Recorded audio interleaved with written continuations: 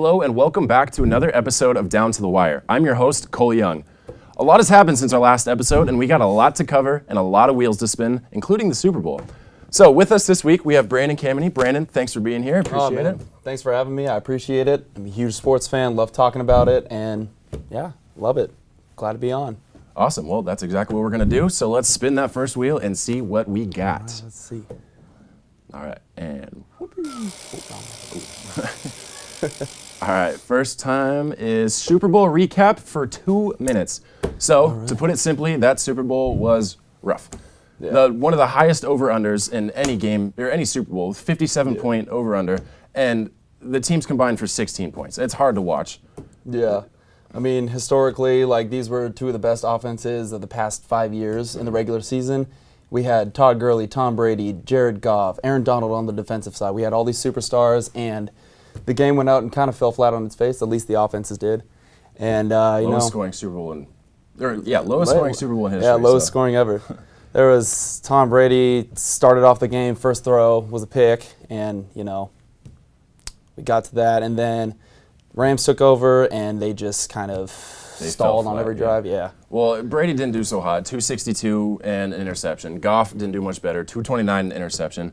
But the biggest thing for me was Todd Gurley. When we talked about this in our previous episode, I said Todd Gurley needed to get involved in this game. After in the NFC Championship, he had, I think, 4 carries for 10 yards. Yeah. And so they had to get him going. And he showed glimpses, he had one good 16-yard run, but ended with 10 carries for 35 yards. And I honestly think that contributed to their loss. They were relying too heavily on the pass game, and Goff was not, he wasn't there for it. Mm-hmm. I mean, they had a player who this season he's one of the best runners, one of the best pass catchers out of the backfield, and they didn't use him as they should. He should have had a huge usage rate, but it was just down low, and it showed in the scoreboard.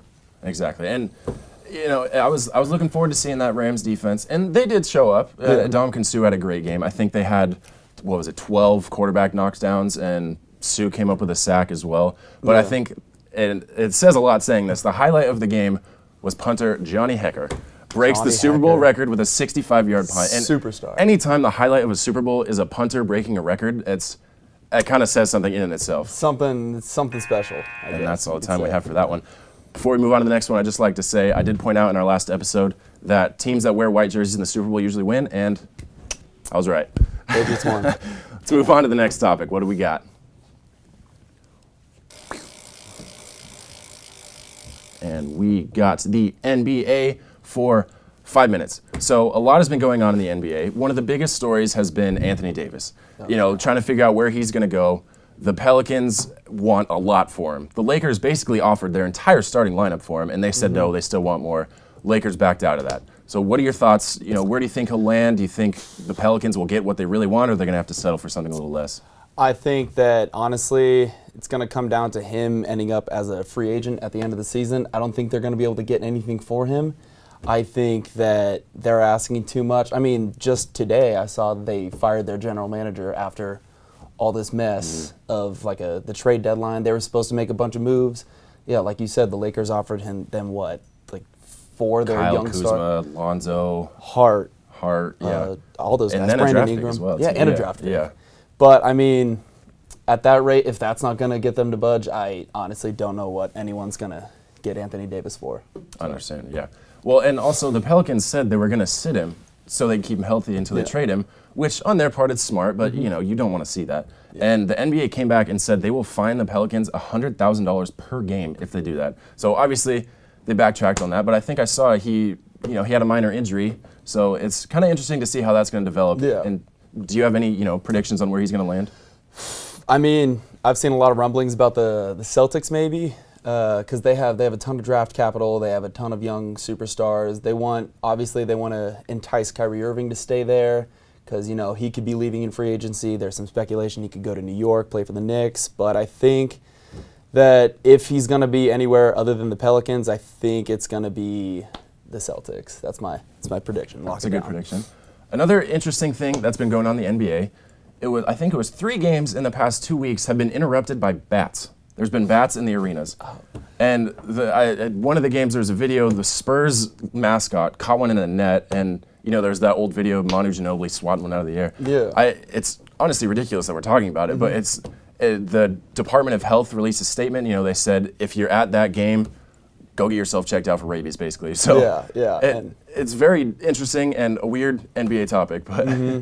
And I mean, since you said Manu Ginobili did it, is it a San Antonio thing? Maybe it's more common. Maybe there's more Just bats in change their Texas. Who knows? The San Antonio Bats. That Sounds. I mean, hey, it works. it fits. Well, along the lines, still sticking with the NBA, D'Angelo Russell has been a big name that's been bounced around recently. He just became the youngest player to hit, 5,000 three-pointers? 500. 500, sorry, not 5,000. Oh, that's a lot. I don't even think Stephen Curry threw on an extra zero on there, my bad. But it's incredible. He's 22 years old. I'm 22 years old. And, and he's out there doing I do have my own TV show. that But he's out there scoring three-pointers, and that's incredible. His numbers, he's been averaging a bunch of points a game. It's crazy to think that at one point he was on the Lakers, and the Lakers were upset that he got traded because they were trying to make room for Lonzo. But he has come out and said being traded from the Lakers was the best thing that happened to him. And obviously it's showing with some of the stats. Definitely. As soon as he got to Brooklyn, he just butted into a emerging superstar. The kid, he's older than me. He was more decisive. He was more ball dominant. He shot more. Obviously, it shows with his higher stats and everything. But a lot of people, unfortunately, whenever they think of D'Angelo Russell, they don't think of a Brooklyn Nets star. They think of the person who filmed Nick Young saying he cheated on his girlfriend. Exactly. Maybe that's his vendetta for scoring all these points. He's trying to erase that, make people know him for his points instead of his. Yeah, make a new name for himself. And I think, so far so good. He'll be an all-star in the next 2 to 3 years, definitely. Has he not been in an all-star game yet? I don't think so.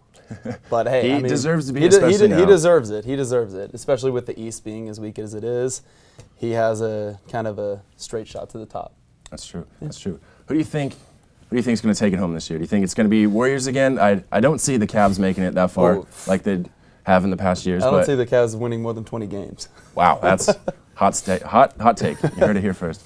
I'm a Bay Area guy, so I got to say the Warriors. They've already won 2 in a row, and let's see. I think they're going to take it. Who do you think is going to be from the East? Do you think the Celtics are going to be up there? Or? I think it's gonna come down to the Celtics and the Sixers, or you know what, the Bucks, the new team. They have Giannis up there. Yeah. They could do it. I could see them in it. I'd like to see that. Well, and I heard they were making moves for Davis as well. So yeah, them two together, that'd be scary. That's a powerful team. That's two large 7-footers who can play like guards and who can shoot like crazy. Yeah. So that'd be an interesting. I feel like that'd be an interesting matchup. Yeah, definitely. I'd like to see it. All right. Well, perfect timing. Move on to the next subject. Let's spin the wheel. There we go. Here we go. And spin it. And we got the AAF for 2 minutes. So, the new football league that's going to occur in the offseason in the NFL just started off this past weekend. And personally, I loved it. I thought it was awesome. Oh, yeah. And I think there's a future in it. I think my favorite part of it was the San Diego Fleet quarterback. It was Mike Bercovici, used to be a quarterback at ASU. On his first drive, just gets absolutely leveled by a D-end. Helmet pops off, and favorite part about it, no flag. No flag, yeah, exactly. And I think that's going to separate it from the NFL as well. Yeah, and I've heard rumblings about it being like kind of a developmental league, kind of like how the NBA has the G League that like teams can pick and choose guys from there. Then the NFL teams will partner up and affiliate with different AAF teams, and then eventually these guys who maybe missed out on the draft, missed out on the NFL coming out of college, they can get their second chance that they've been looking for and make it big if they want to. Or if they can.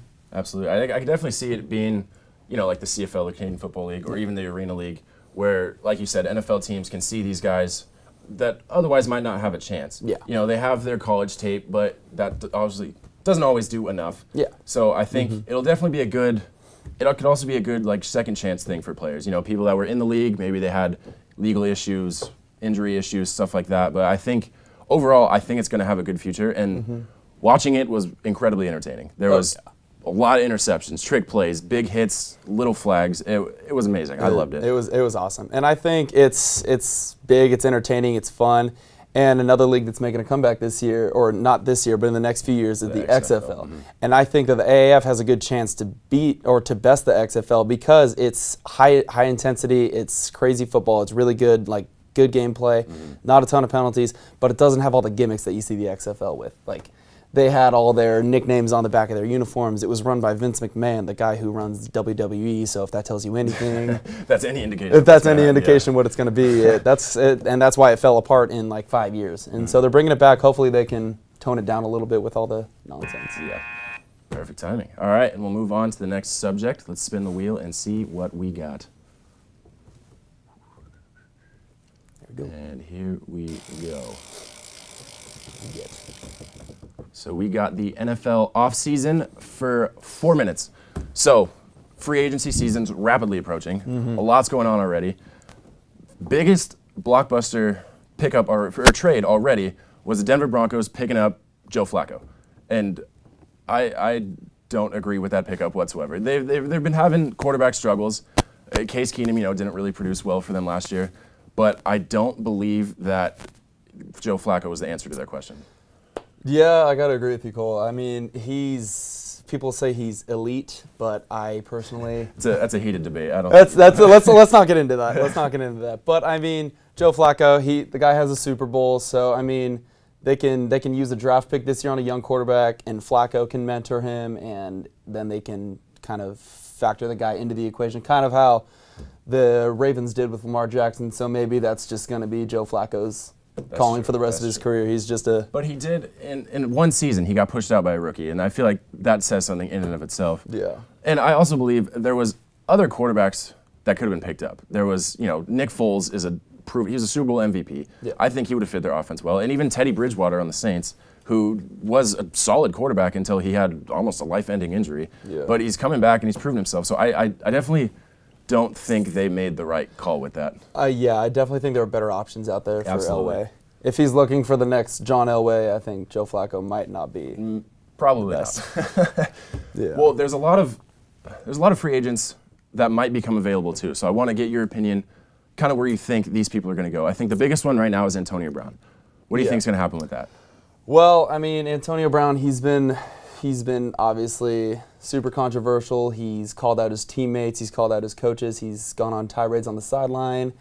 And I think that he's gonna get traded in the offseason. He's already demanded a trade. I think that he's gonna go to a team with a lot of draft capital. And my team, the Oakland Raiders, they have 3 first-round picks. And I mean, if the shoe fits, it might happen. I've heard a lot of rumblings that he's interested in San Francisco, though. He wants to get into that environment. Yeah, he wants to. It's a good environment. Jimmy Garoppolo's in there once he's healthy. They have a really promising team, as much as it hurts me to say. Yep. Team's good. And then another guy that has popped up recently is Odell Beckham. He's been on the up and down, off the trading block, back on the trading block. He's been sending some cryptic tweets lately. People are thinking that maybe he could get traded before the draft. Who knows? Who else? Le'Veon Bell. Bell, I think he'll get picked up somewhere. I saw a little things that the Texans might be interested in him, and if that happened and he got back to the level he was in, that's a dangerous offense with Deshaun Watson, him, DeAndre Hopkins, and that defense as well. The Texans already had a great season, but then throw one of the most prominent running backs of the past couple of years in there, and that's going to be a dangerous team. Oh yeah, just a read option, speed option with Deshaun Watson. Le'Veon Bell is just deadly. It's going to be crazy. And Hopkins on the outside with that speed. That's a dangerous team. I mean, they could have what the Steelers had in Antonio Brown, Le'Veon Bell, and Ben Roethlisberger, but more versatile since Deshaun can run around a little bit more than Ben. And one that hasn't explicitly been stated, and it might not happen this season, but one I've been kind of noticing, I've been thinking how long Aaron Rodgers is going to stay in Green Bay. He's voiced his disapproval of being in Green Bay recently. They fired Mike McCarthy. Really, his only weapon on offense now is Devontae Adams. They had a rough year, and so I don't think it'll happen this season, but I definitely think next season Aaron Rodgers might not be in that green and yellow. Yeah, I mean, they're going to need to make some changes to keep him happy. I mean, it started with McCarthy getting fired, and it's, you know what, maybe that's the start of a new beginning for Aaron Rodgers over there in Green Bay.